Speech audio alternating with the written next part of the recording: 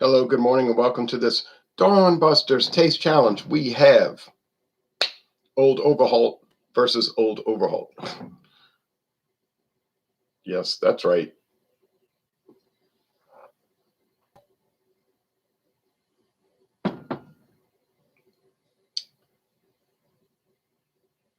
This is the 80 proof, 3-year age, chill filtered Old Overholt, which was on the market until 2020. The black cap, I call it the black cap. You might still find it around. My friend David found this one at Rouse's supermarket on US Highway 61 in Metairie, Louisiana.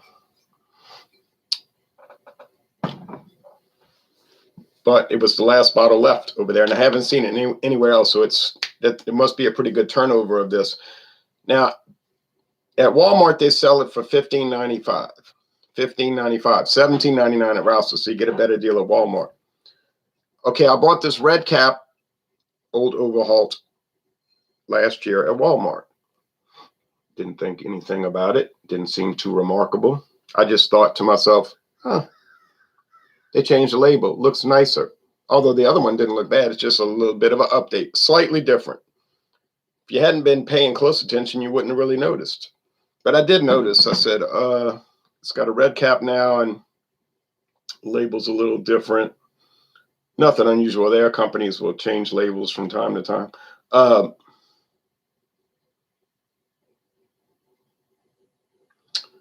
But then I started realizing it was different. It's non-chill filtered, 86 proof. And I started to realize when I was looking at video reviews that there were two different ones. This is chill filtered and 80 proof. Now, they give a website on this one, theoldswhiskies.com, but that's a dead site. Forget it. Don't even bother looking it up. I mean, you can try. You're not going to see anything. It says originated in Pennsylvania, so they're showing the Keystone. But it was bought by Beam, and the distillery in Pennsylvania is now abandoned. I saw a video on YouTube. Some people went in there, I guess you could say trespassing, taking videos of it. Interesting, dangerous. So now the new label says born in Pennsylvania, made in Kentucky. So the man's really frowning now. Abraham Overholt. He's probably frowning because he's thinking, look what they did to my company. They shut down my distillery and moved everything to Kentucky. Kentucky. And that's just not right. All right. Will I be able to tell them apart? I don't know.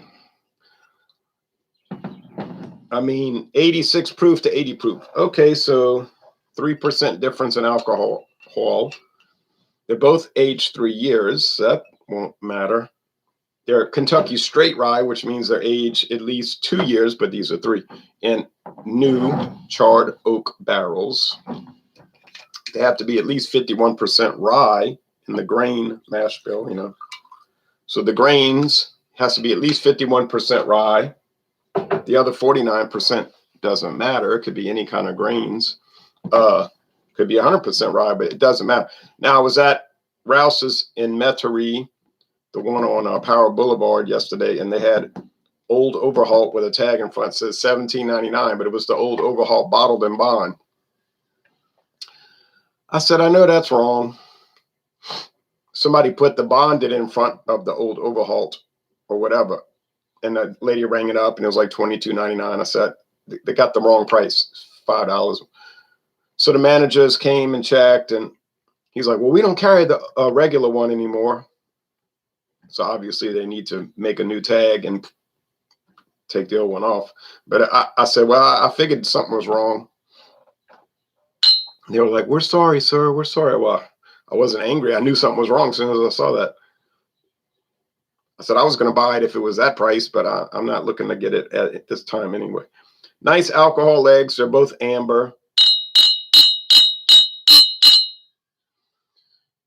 Does chill filtering matter? Well, it depends who you talk to. Some people say chilled filtering is bad. Some people say it's good. I guess most people probably don't care either way.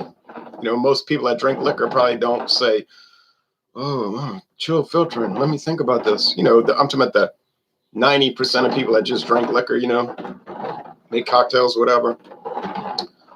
It's the enthusiasts, that 10% or less that do videos, like you say, you mean like yourself, yeah, and all that, and get all obsessed with it. I'm not saying it's wrong. You shouldn't be interested in it. I'm not saying that. I'm saying most people probably don't care. It's like adjuncts in beer. You get on these web, you know, Facebook groups like my group and all, and they people be talking all day about adjuncts. Corn, rice, no adjuncts, has adjuncts, doesn't have adjuncts, has adjuncts, doesn't have it, has adjuncts, doesn't have it, has it. But the general population, consumers, they probably don't even know what that is. You know what I mean? They just buy beer, like, oh, I'm gonna go buy some beer. They don't say, oh, I want to make sure it's all malt. If you just stop people casually on the street, I mean, if you were doing like a test, say, can you tell me what all malt means in a beer? They might say beer has malt in it. You know what I mean? They're not gonna know. You know what I mean? You just ask people, what is beer made out of? They may not know. They might say, oh, I don't know. Oats. I don't, you know, people don't think about those kind of things too much. You say, because they're normal, unlike you. That's right. Guys' eyes are normal. All right. Here we go.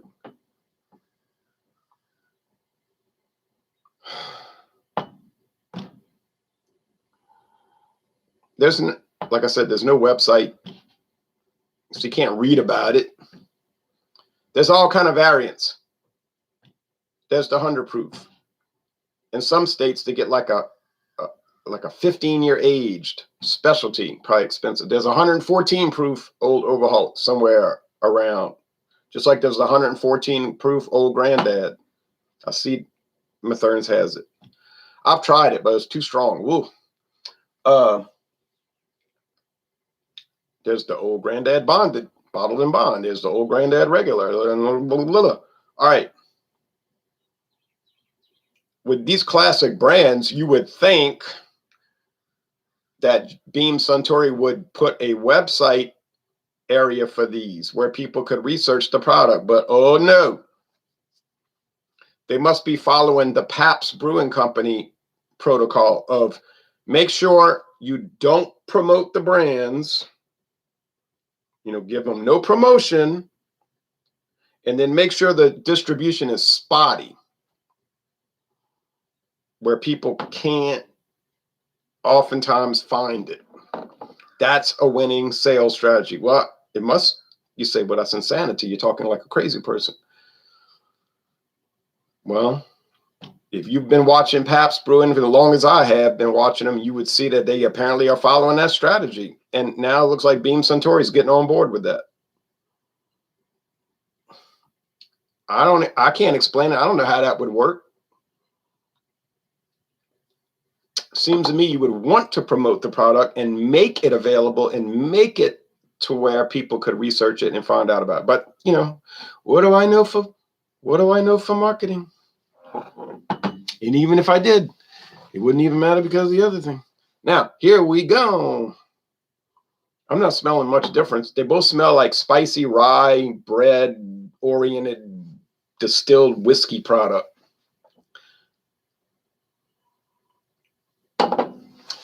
Did they smell that different from Sazerac rye? I don't know. I see people around the United States, they say they pay like $50 a bottle for Sazerac rye with that long spout neck, which I hate. It looks pretty, but you can't fit it on hardly in any cabinets. And the nice cork and everything. You know what it sells for around here? You want to know? Want me to tell you? You want to know? $17.99, and I'm not lying. $17.99, and I'm not lying. They had it at door next yesterday, $17.99. Maybe because Sazerac rye is made in New Orleans, a little bit of it.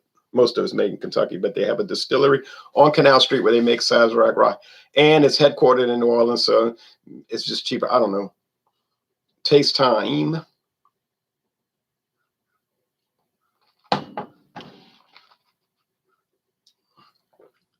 But if you plan on coming to New Orleans, don't buy Sazerac rye back home. Buy it here, and you can get it for $17.99, the same price as old Overholt. Well, it tastes like rye, and you say, "What does rye taste like?" It's hard to explain rye to someone who's never tasted it. Think about mint, menthol, peppermint type, but I think it's more like wintergreen. I don't know. It's some kind of something like that.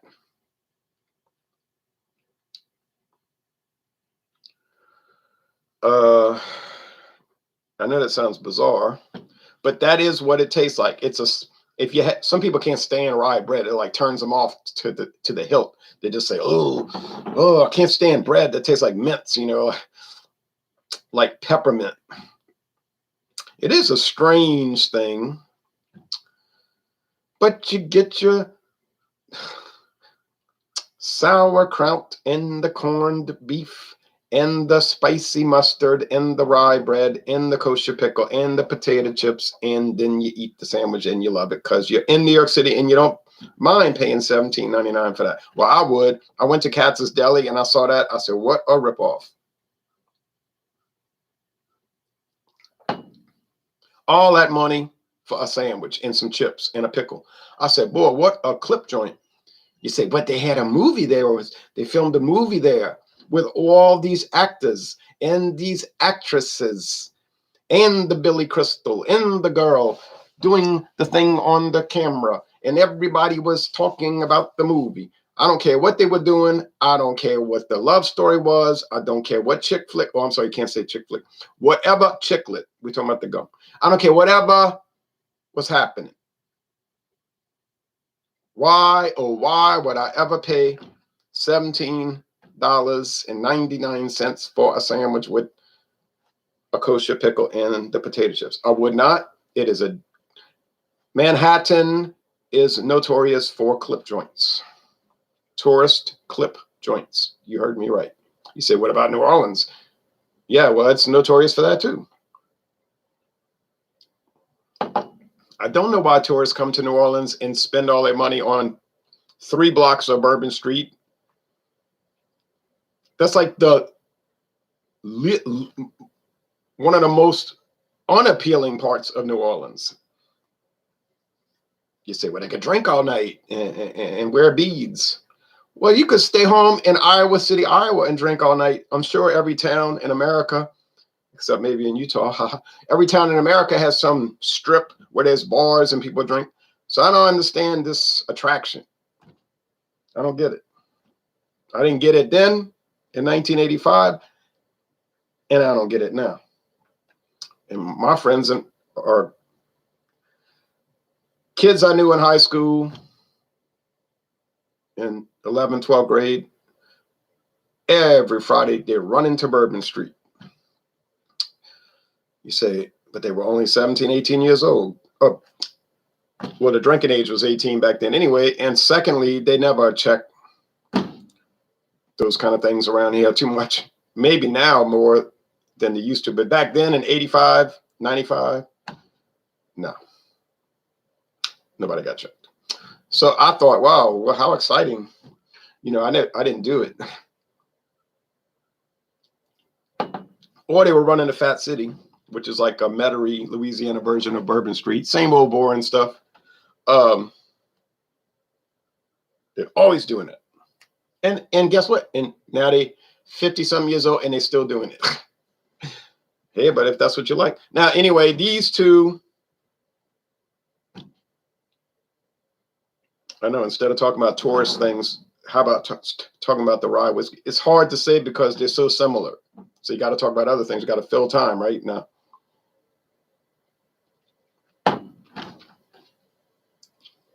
Watch these pro baseball games. They do it the whole game. They be talking about anything because the game will be so slow. Spicy mentholated rye. bread thing going. And it's going to be does the chill filtering versus non-chill filtering seem to make a difference? I don't notice any difference. Okay. I've never noticed any difference. Now, if you get on the George Dickel website, they brag about chill filtering. That's their whole raison d'etre. They talk about, oh, we pioneered chill filtering. George Dickel, he's the one that came up with it. So they brag about it.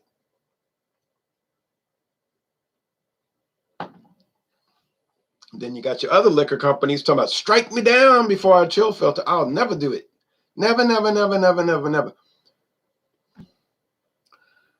I'm not an expert, so I just can't tell. I try this one's chill filtered, this one's charcoal filtered, this one's hickory filtered, this one's suitcase filtered. I don't know.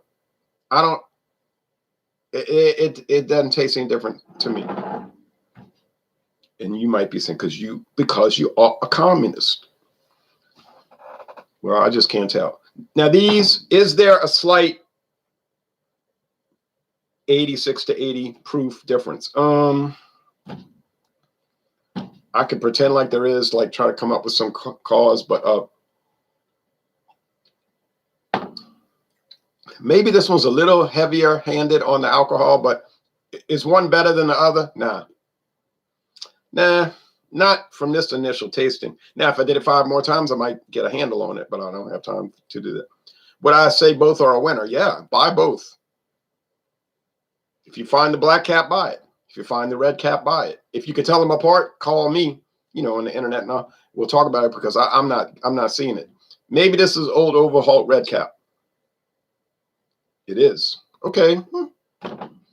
I'll take the credit, although it's probably more like dumb luck. But I did say, in my defense, I did say this seemed a little stronger. But is it better? I'm not going to go that far. So we're going to go watch the news now. And I'm going to say it's a draw from this initial experiment. It's a draw. I'll say take your pick. And my choice would be buy both. Buy both. Check them out. Pretty interesting stuff. Tomorrow, tomorrow we're going to do another one with another rye. I think Woodford Reserve rye. Very exciting. Thank you for watching this video production.